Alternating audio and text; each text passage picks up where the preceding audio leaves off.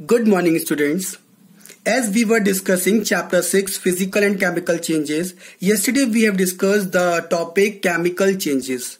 So today we are going to learn two activities related to these changes. The first activity is burning of magnesium wire. अब हम पहली activity में क्या करते हैं, magnesium wire को बर्न करेंगे और देखेंगे कि क्या हमें रिजल्ट मिलता है, कंक्लूजन हमको क्या मिलता है. What are the things required for doing this activity, and the things are small piece of magnesium ribbon. छोटा सा टुकड़ा ले लेंगे मैग्नीशियम का, एक रिबन बोलते हैं उसको. कैंडल ले सकते हैं या उसकी जगह पे हम बर्नर का यूज कर सकते हैं.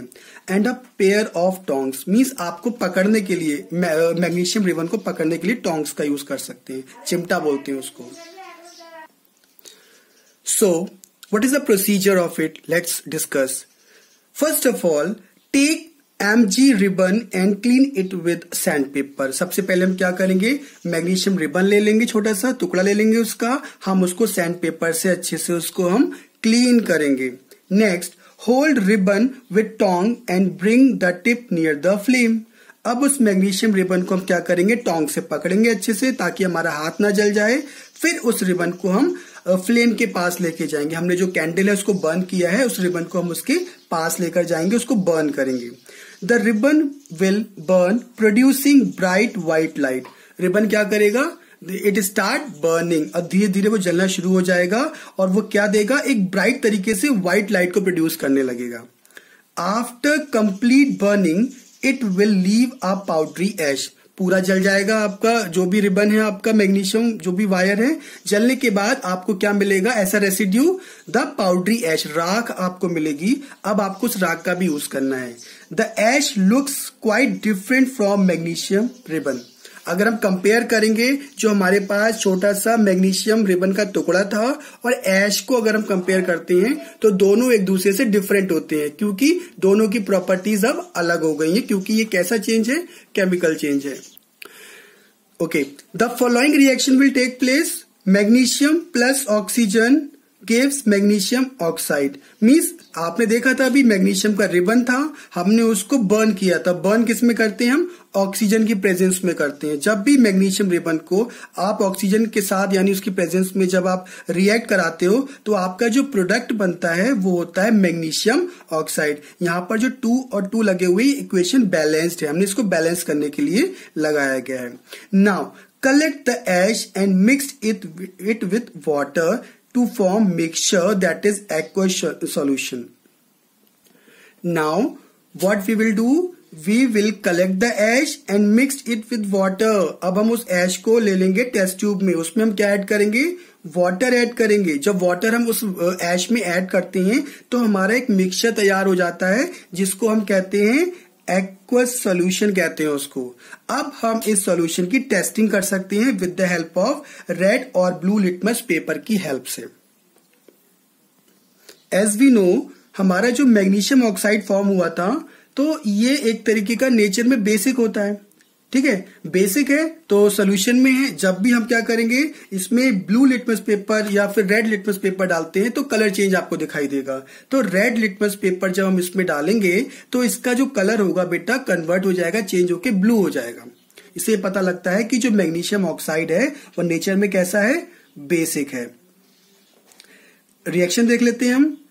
Magnesium oxide that is MgO plus H2O means water हमने ऐड कर दिया इसमें, और हमारा जो प्रोडक्ट बना वो है हमारा मैग्नीशियम हाइड्रोक्साइड. तो ये जो OH ग्रुप होता है ये हाइड्रोक्साइड ग्रुप होता है, इसलिए हमारा जो प्रोडक्ट बना है वो है आपका magnesium hydroxide.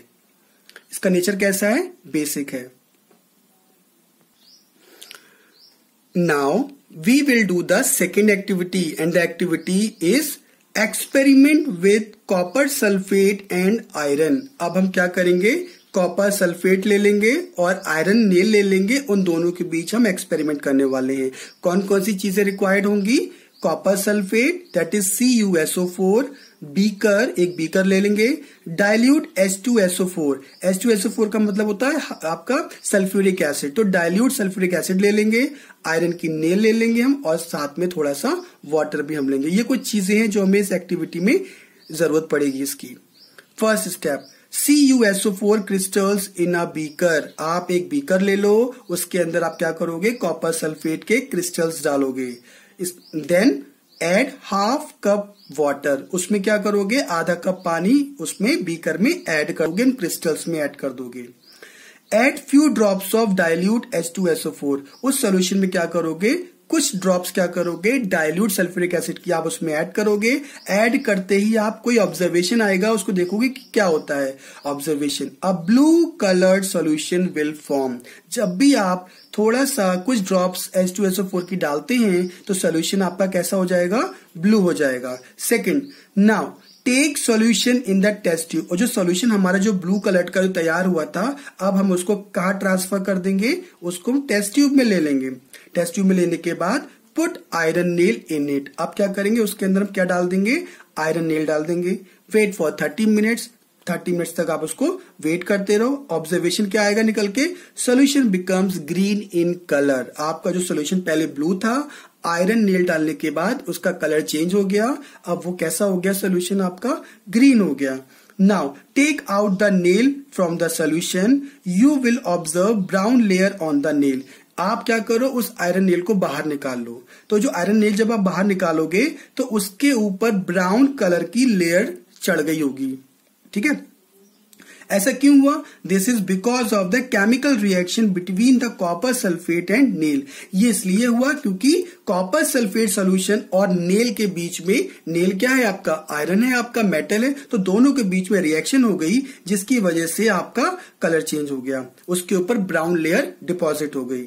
Next, solution turns green because of the formation of iron sulphate. तो जो सोल्यूशन ग्रीन हुआ था वो क्यों हुआ था, क्योंकि वहां पे आयरन सल्फेट का फॉर्मेशन हो गया था वहां पर।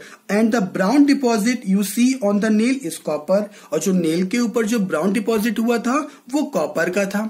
अब रिएक्शन इसमें है वो हम देख लेते हैं। Fe यहाँ पे होता है आयरन, ये आयरन का केमिकल नेम है Fe, और इसकी रिएक्शन हमने कर दी CuSO4 से। CuSO4 का पूरा नाम होता है कॉपर सल्फेट सॉल्यूशन। आयरन की जब हम कॉपर सल्फेट के साथ रिएक्शन करते हैं तो हमें जो प्रोडक्ट मिलता है दैट इज आयरन सल्फेट। क्या मिला बेटा, आयरन सल्फेट। साथ में हमारा कॉपर क्या हो गया, यहां से इस सॉल्यूशन से डिस्प्लेस हो गया, कॉपर यहां से हट गया, आयरन इसमें जाके सल्फेट ग्रुप में जाके अटैच हो गया। तो ये रिएक्शन थी। ये हमारा आपका सेकेंड एक्टिविटी भी कंप्लीट हो गई है। आई थिंक सबको अच्छी लगी होगी। So dear students, thank you.